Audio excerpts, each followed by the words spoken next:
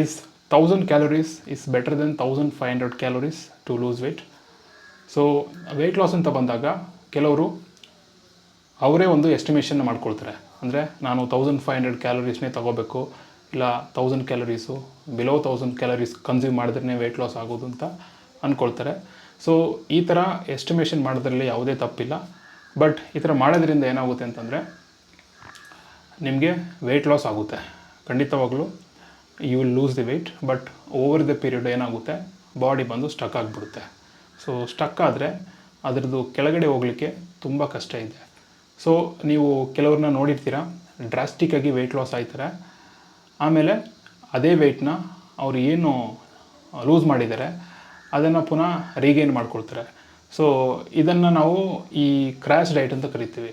So ಆದ್ದರಿಂದ ನೀವು ಒಂದು ಡಯಟ್ ಫಾಲೋ ಮಾಡಬೇಕಾದ್ರೆ ನಿಮ್ಮ ಡಯಟ್ ಹಿಸ್ಟ್ರಿನ ನೀವು ತಗೊಳ್ಳಿ. ಡಯಟ್ ಹಿಸ್ಟ್ರಿನ ತಗೊಂಡು, so based on the diet history ನೀವೊಂದು ಕ್ಯಾಲೋರಿ ಡೆಫಿಷಿಯೆಂಟ್ನ ಕ್ರಿಯೇಟ್ ಮಾಡಿ.